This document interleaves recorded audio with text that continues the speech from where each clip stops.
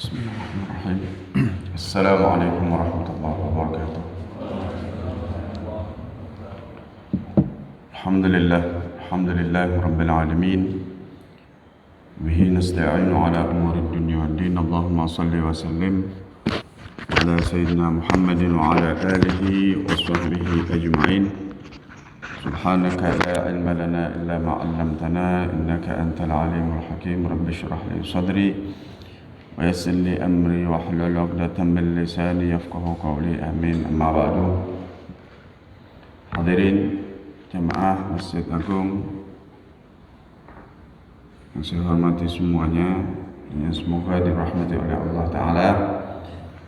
Alhamdulillah, kembali pagi hari ini kita bisa bersua dalam keadaan sehat walafiat. Mudah-mudahan Allah Ta'ala berkahi pagi hari ini untuk kita, dan dijadikan Allah Ta'ala berikan kepada kita pertolongannya, kekuatannya, sehingga kita selalu bisa berada di jalan yang diridhai oleh Allah Ta'ala. Amin ya rabbal alamin. Dijauhkan dari segala macam hal yang dimurkai oleh Allah Ta'ala. Amin ya rabbal alamin. Hadirin rahimakumullah, melanjutkan kajian kita, mana pembahasan kita kemarin sampai kepada penjelasan, masih menerangkan tentang penjelasan keutamaan bersedekah. Dan kemarin kita sudah baca sampai penjelasan tentang bagaimana bahwa sedekah itu dapat dilakukan oleh siapa saja, baik ia orang yang mampu, bahkan orang yang fakir sekalipun. Dan lebih baiknya, lebih istimewanya bahwa nilai sedekah yang dikeluarkan oleh orang yang fakir itu, atau nilai sedekah yang dikeluarkan dari orang yang sedikit hartanya itu, memiliki keutamaan bisa mengalahkan sedekah yang besar yang dilakukan oleh orang-orang yang memiliki harta banyak. Nabi kemarin menjelaskan sabaqa dirhamun alfa dirhamin. Sesungguhnya terkadang 1 dirham dari sedekahnya seseorang itu bisa mengalahkan 1000 dirham dari sedekah saudaranya. Kenapa?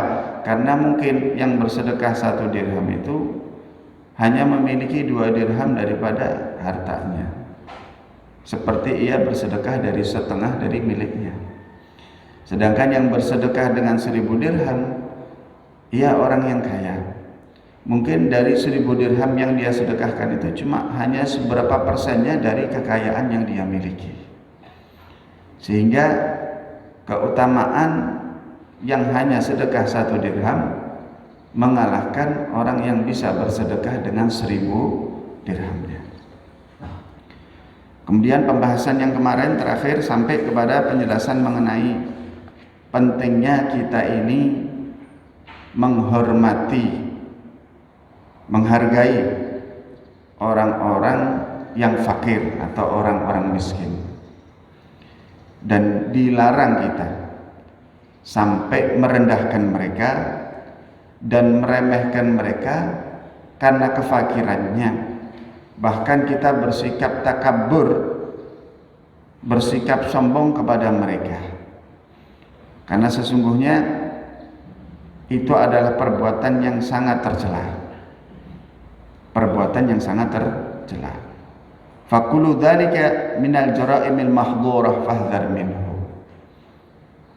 Beliau sang pengarang menyebutkan sikap yang seperti itu, merendahkan orang fakir, orang miskin karena kemiskinannya, itu adalah perbuatan yang dosa, satu kejahatan yang sangat membahayakan. Maka fahdhar minhu, berhati-hatilah engkau daripada engkau suka bersikap seperti itu kepada orang miskin. Wa'adhimin nasa ala qadri ta'zimihim lillahi wa rasulih. Maka jadilah engkau itu orang yang bersikap memberikan bentuk penghormatan, mengagungkan orang, menghormati manusia itu sesuai dengan kadar pengagungan orang tadi kepada Allah dan Rasulnya. Jadi kalau kita ini menghormati orang lain, jangan lihat karena ini hartanya, kemudian kita hormati. Oh, ini tidak punya harta, kita remehkan, kita pandang sebelah mata. Jangan. Berikan bentuk penghormatanmu itu kepada seseorang karena kau memandang bagaimana orang ini pengagungannya kepada Allah dan Rasulnya. Ketika orang itu dalam dirinya ada pengagungan kepada Allah, pengagungan kepada Rasulnya, maka hormati orang tadi. Jangan lihat karena harta atau ketidak ada hartaannya. Wa iqamatihim lidinihim. Dan hormati seseorang itu dengan ukuran bagaimana orang tadi menegakkan agamanya. Ketika kita melihat ada seseorang dia mengagungkan, menegakkan agamanya dengan baik, menjalani keislamannya dengan baik, orang ini layak mendapatkan penghormatan dari kita. Walaupun orang ini tidak berharta. Nah, lihat dari situ. Kalau melihat orang itu bagaimana orang ini mengagungkan agama dan menjalani agamanya. Wa ma'rifatihim bihaqqih. Dan hormati seseorang itu karena pengetahuannya tentang hak agamanya, tentang pengetahuan ia tentang agamanya, hormati orang itu. Jadi cara kita diajarkan oleh beliau bagaimana sudut pandang dan cara kita menghormati seseorang itu. Ya. Jadi beliau mengajarkan kepada kita cara kita menghormati seseorang itu lihat dari bagaimana dia mengagungkan agamanya, menjalani agamanya dan pengetahuannya tentang agama ini. In kanu ma'adzalika fuqara aw aghnia. Mau dia itu orang fakir kah ataupun dia orang yang kaya kah sekalipun. Maka yang kita lihat apa? Bukan ukuran kaya atau miskinnya, bukan banyak hartanya atau sedikitnya cara kita menghormati seseorang, tapi kita lihat selama orang tadi dia baik di dalam agamanya, dia orang yang mengenal tentang agamanya, dia menegakkan syariat ini dengan baik, dia mengagungkan Allah dan Rasulnya, maka orang ini layak mendapatkan penghormatan, pengagungan dari kita. Mau kayakah dia atau bahkan miskin pun. Jadi mindset kita selama ini bahwa kita itu menghormati orang karena jabatannya, karena kekayaannya, ini harus dihapus. Tapi sayangnya mindset ini sudah bercokol sudah lama, sudah menjadi pencucian otak bahwa kita ini secara naluri itu kalau kita lihat ada orang yang kaya kita hormati, bahasa Jawanya mindik kita sama dia. Ya, tapi kalau kita lihat orang miskin, orang fakir, jangankan melihat, sebelah mata saja kita sudah enggan mau lihat. Jangankan kok menyapa, kita tidak mau. Kenapa? Kita lihat kemiskinannya. Padahal cara pandang seperti ini mahdzur, sangat membahayakan seseorang. Karena kemiskinan itu syiarnya para nabi dan perhiasannya para wali. Jangan meremehkan orang karena kemiskinannya atau menghormati seseorang karena hartanya. Lihat bagaimana dia menegakkan agama ini, bagaimana pengetahuan ia tentang agama ini, bagaimana dalam hatinya bentuk pengagungan dia kepada Allah dan Rasulnya yang tampak. Itu kita cara menghormati seseorang, mau kaya mau miskin. Kalau dia itu orang betul dalam agamanya, ya hormati. Jangan melihat karena dia fakir. Nah, ini mindset ini harus dibuang. Cara memandang orang karena materi ini harus dilepaskan dari diri kita. Naam, lil fuqara'i indal istiwa'i mal aghnia fid diyanah ziyadatun li faqrihim wa inkisari qulubihim wa qillati ihtifali aktsarin nasi bihim bi khilafil aghnia. Ya, bahkan orang miskin dengan orang kaya itu kita menghormatinya sama kalau dalam urusan agama. Ya, mau miskin mau kaya, kalau dia urusan agamanya baik, sama-sama punya hak untuk dihormati. Ya, sama-sama punya hak untuk dihargai. Tetapi orang miskin punya sisi tambahan.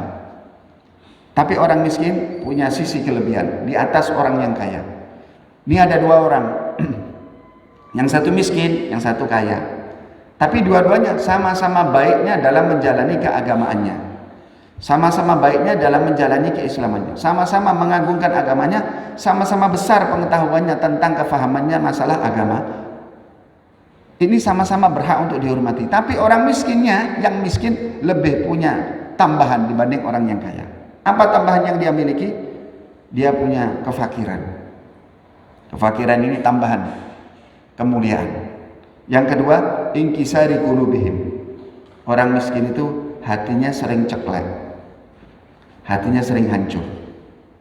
Ya, melihat saudaranya orang lain yang dipenuhi dengan kecukupan, yang dipenuhi dengan kemewahan, sedangkan dia dalam keadaan yang serba minus. Perasaan yang seperti itu sering membuat ingkisar, pecahnya, remuknya hatinya orang-orang fakir. Itu punya nilai sendiri di sisi Allah. Wa qillati ihtifali nasi minhum bi khilafil aghniya. Yang ketiga, orang miskin punya kelebihan apa? Orang-orang jarang memperdulikannya. Manusia jarang ngatekkan orang tadi. Orang jarang menghiraukannya karena kefakirannya. Berbeda dengan orang kaya. Kalau orang kaya, semua orang akan menegur, akan menyapa. Bahkan dari jarak jauh pun kita sudah angkat tangan untuk memberikan salam hormat. Karena apa? Oh, ini orang kaya. Oh, ini punya jabatan. Oh, ini punya kedudukan. Ya.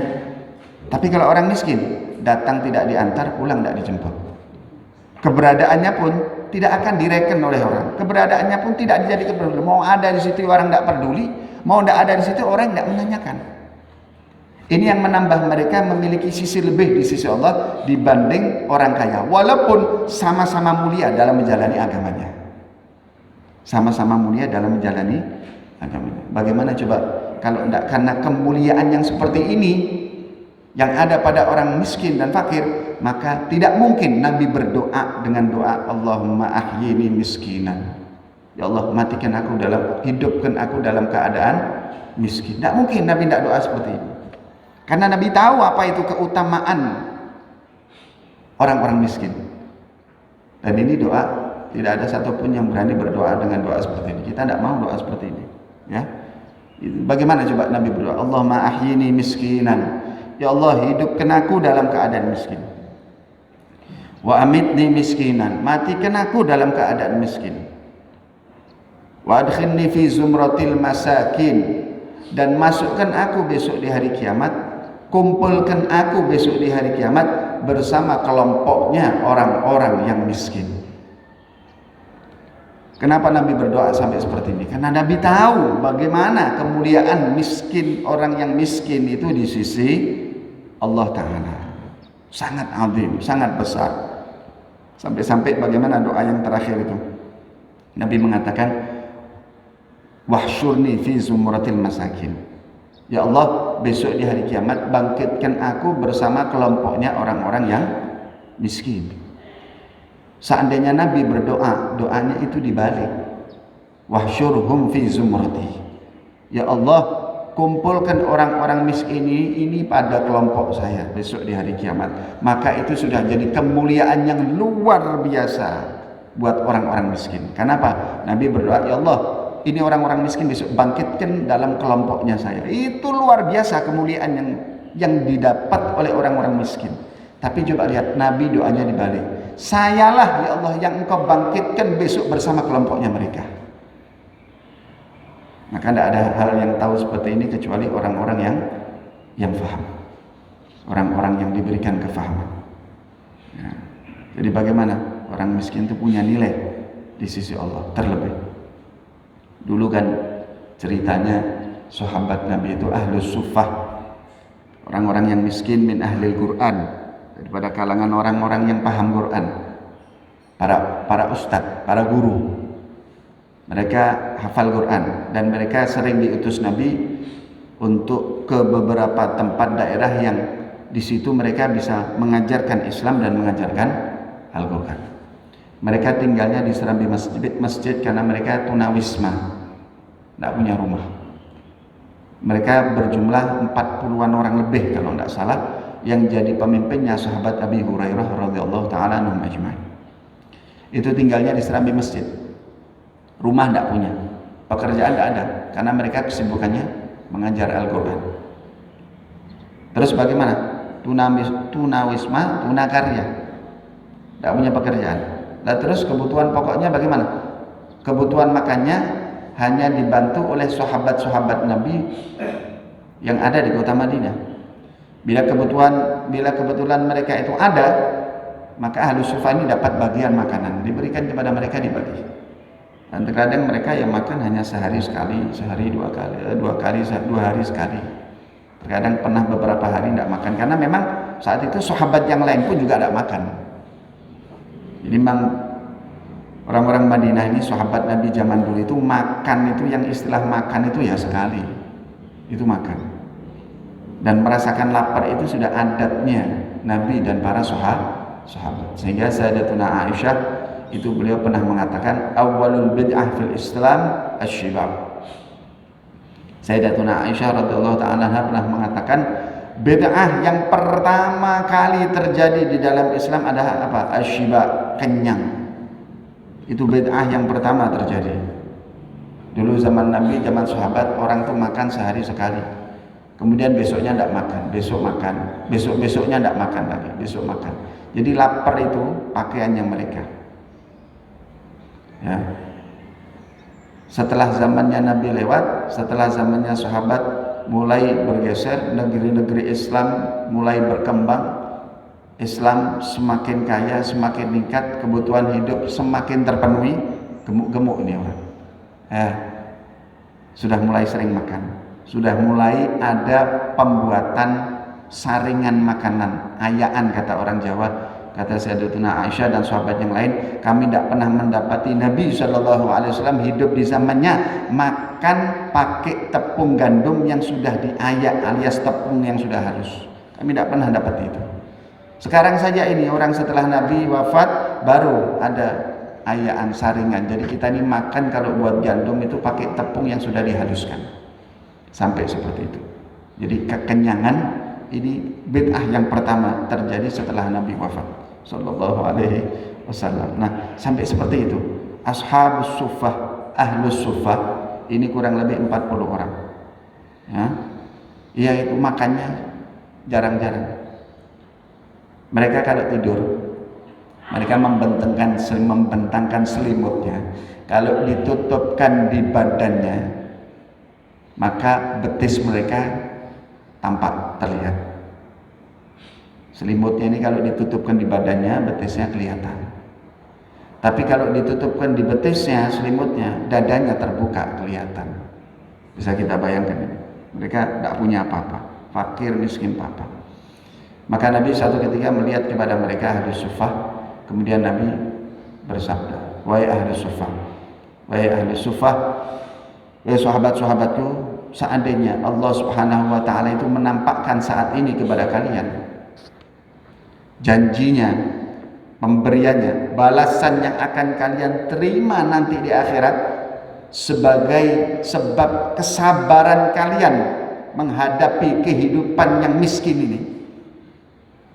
Allah tampakkan itu, bagaimana yang Allah janjikan untuk kalian. Ya, karena kalian bersabar dengan kemiskinan kalian, maka pasti kalian ini semua akan berdoa dan meminta kepada Allah agar supaya kalian ini diberikan kemiskinan yang lebih miskin dari yang saat ini kalian alami. Miskin apa lagi nih sahabat? Cuma punya selimut, kalau ditutupkan di dadanya kakinya kelihatan, ditutupkan kakinya dadanya kelihatan. Kurang miskin apa ini mereka?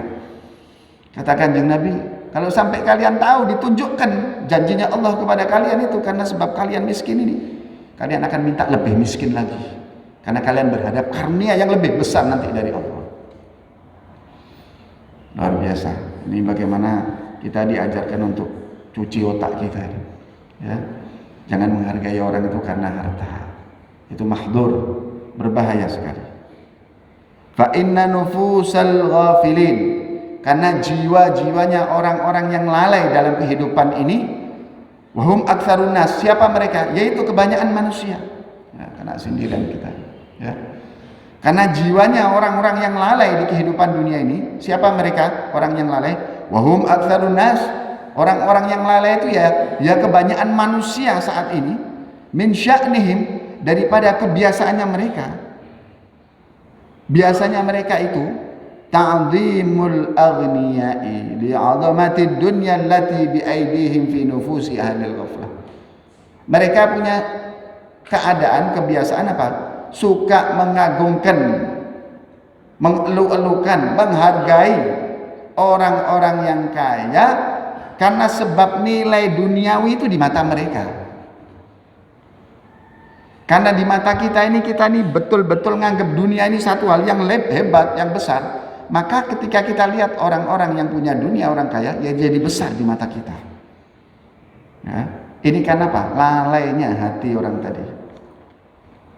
Lalainya orang tadi. Kalau orang yang lalai itu mesti nganggap dunia besar. Orang yang ghaflah, ahli ghaflah itu menganggap dunia itu besar. Menganggap satu nilai agama itu kecil. Nah, makanya ini kita harus jadi pelajaran buat kita bagaimana kita ini menanamkan hal ini pada diri kita dan kepada anak istri kita, keluarga kita. Sesuatu yang besar itu yang ada hubungannya dengan Allah dan Rasulnya, itu baru besar. Ya, sesuatu yang dianggap kecil oleh Allah Ta'ala dan Rasulnya, anggap itu kecil, jangan dibesarkan. Ketika Allah Ta'ala menganggap agama ini besar, besarkan. Ketika dalam sisi agama itu dianggap remeh kecil, jangan dibesarkan. Ya, Allah Ta'ala menganggap ibadah itu besar. Sholat 2 rakaat itu fadilahnya besar. Sholat berjamaah itu besar. Maka rasakan itu azim besar buat diri kita. Ketika kita tidak melaksanakan agama ini dengan baik, kita lihat istri kita atau anak kita tidak mengerjakan sholat berjamaah, anggap itu jadi hal besar. Kenapa? Karena sholat berjamaah ini bagian daripada syiar agama dan itu besar nilainya di sisi Allah. Maka kita harus bersikap marah. Kita harus bersikap tegas. Nah, kamu jangan remehkan sholat berjamaah. Sholat berjamaah ini besar di sisi Allah. Anggap itu besar. Tanamkan itu dalam jiwa diri kita, anak kita, keluarga kita. Jangan sebaliknya. Ketika anak kita ngilangkan uang, disuruh kita perintah dia keluar untuk beli rokok, untuk beli sesuatu, uangnya jatuh di jalan hilang. Marahnya 3 hari itu. Kamu itu disuruh ayah beli rokok malah ngilangkan uangnya, disuruh beli ke depan malah uangnya dihilangkan. Sesuatu yang remeh duniawi kita anggap besar. Anak kita marah gara-gara urusan dunia, tapi sholatnya berjamaah ditinggal, kita tidak marah. Ini menunjukkan jiwa kita adalah jiwa yang ghaflah, hati yang lalai, hati yang lalai. Dan kita sering seperti ini. Kalau sudah urusan agama kita anggap kecil, ya. Tapi anak urusan dunia kita anggap besar. Ini jiwa yang lalai. Waliyadzubillah. Maka kita berusaha untuk memperbaiki pikiran dan keadaan kita yang seperti ini. Jangan remehkan urusan agama. Karena tidak ada satupun urusan agama itu yang kecil. Semua urusan agama besar. Ya. Adapun urusan dunia itu urusannya kecil. Kan kemarin sudah dibahas bagaimana nilainya dunia itu sangat kecil di sisi Allah dan Rasulnya. Maka sesuaikan, jadikan kita orang yang paham mengenai ini. Baik. Kemudian setelah pembahasan mengenai bagaimana kita ini harus menempatkan seseorang itu, menilai seseorang, menghormati seseorang bukan dari kadar keduniawian yang dimiliki orang tadi, tapi dari kadar nilai agamanya. Setelah itu kita lanjutkan pada pembahasan yang masih ada singgungannya. Wa alaika bitasadduqi, masih ada singgungannya dengan sedekah. Di sini beliau mengatakan radhiyallahu taala anhu, wa alaika bitasadduqi wal infaqi mimma tuhibbu litanalal birra. Qala Allah taala lan tanalul birra hatta tunfiqu mimma tuhibbun. Dan hendaklah atas kalian jika kalian itu bersedekah dan berinfak, jadikan di antara bagian sedekah dan infak kalian itu, kalian ambil dari harta atau benda yang kalian cintai. Agar supaya apa? Litanalal birra, supaya kalian mendapatkan albirra. Albirra ini bahasanya artinya kebaikan dari Allah. Tapi nanti ulama akan menjelaskan. Jadi setelah tadi dan sebelumnya kita membahas bahwa kita disuruh sedekah. Baik dengan cara yang terang-terangan, bahkan dihimbau kita sedekah dengan cara yang sembunyi-sembunyi. Karena punya nilai kelipatan yang 70 kali lipat daripada sedekah yang terang-terangan. Setelah kita membahas bagaimana cara bersedekah, beliau membahas untuk meningkatkan mutu sedekah kita. Nah, setelah itu pun ketika kalian bersedekah, usahakan kalau bisa bersedekahlah kalian dari sesuatu yang kalian cintai. dari benda atau milik kita yang masih ada nilai di hati kita. Masih kita memiliki rasa suka kepada yang kita berikan tadi. Litanalal birra, supaya kalian dapat al-birra dari Allah. Apa itu birra? Allah Ta'ala menyebutkan lan tanalul birra. Kalian tidak akan mendapatkan al-birra dari Allah hatta sehingga kalian tunfiku mimma tuhibbun. Kalian mau menginfakkan atau mensedekahkan dari milik kalian yang kalian tuhibbun, yang kalian sukai. Jadi terkadang ada orang bersedekah, memberi, tapi dari sesuatu yang sudah tidak ada nilai lagi di sisi kita. Kita sudah tidak berhasrat, kita sudah tidak suka dengan apa yang kita sedekahkan. Terkadang kita begitu, yang sudah tidak ada nilainya kasihkan orang. Terkadang kita ini sedekah kue, roti, kalau sudah 3 hari, sudah mulai tidak enak, kita kasihkan orang. Udah ini kasihkan yang masih enak buat kita. Kita kasihkan buah, kita lihat buah, ada buah mangga, ada buah timun. Ini yang timun kasihkan orang, yang timun kita tidak suka, yang mangga kita demen. Yang kita kasihkan yang kita tidak suka, yang suka buat kita. Kadang ada 2 barang, yang baik sama tidak baik. Yang tidak baik kita berikan orang, yang baik buat kita. Apakah itu baik? Itu baik sudah, karena kita sudah bersedekah. Tapi kalau kita mau memiliki mutu yang lebih baik lagi, dan kita mendapatkan al-birra dari Allah, kata Allah Ta'ala, hatta tunfiku mimma tuhibbun. Jangan kalian bersedekah sampai yang kalian sedekahkan itu hal yang kalian sukai. Itu baru nilai sedekah. Dulu Nabi SAW ketika beliau diambilkan 2 kayu siwak oleh sahabatnya, Nabi dapat 2 kayu siwak. Setelah diterima di tangan Nabi 2 kayu siwak ini, yang satu lurus kayu tadi, yang satu bengkong, agak bengkong. Maka ketika itu Nabi melihat ada sahabatnya yang tidak punya kayu siwak. Akhirnya oleh Nabi ini diberikan salah satu kayu siwak ini kepada sahabat Nabi tadi, dan Nabi menyerahkan yang lurus, yang bagus diberikan kepada sahabatnya. Nabi menggunakan yang bengkong. Ketika itu sahabat yang diberi, ya Rasulullah, kenapa Anda berikan kepada saya ini yang lurus? Kok Anda pakai yang bengkong? Bukankah Anda lebih layak pakai yang lurus? Biar saya saja yang bengkong, Anda Nabi. Kata Nabi, tidak. Hak saudara itu hendaklah ia mendapatkan kebaikan dari saudaranya. Seseorang tidak memberikan sesuatu kepada saudaranya kecuali sesuatu yang bernilai di matanya. Itu yang namanya akan mendapatkan albirra dari Allah, kebaikan. Qala al-mufassirun, berkata para ahli tafsir mengenai ayat ini, lan tanalul birra, engkau tidak akan mendapatkan albirra dari Allah. Albirra sebetulnya artinya kebaikan. Cuma para ahli tafsir, apa artinya? Albirru hahuna huwa al-jannah. Lan tanalul birra, engkau tidak akan mendapatkan albirra, yakni engkau tidak mendapatkan syurga. Seseorang tidak akan mendapatkan syurga sampai dia mau memberikan kepada saudaranya dari infak dan sedekahnya dari miliknya yang masih ia sukai, yang masih berharga. Dia masih senang tapi dia berikan untuk orang lain. Maka ini yang namanya al-ithar. Ithar itu apa?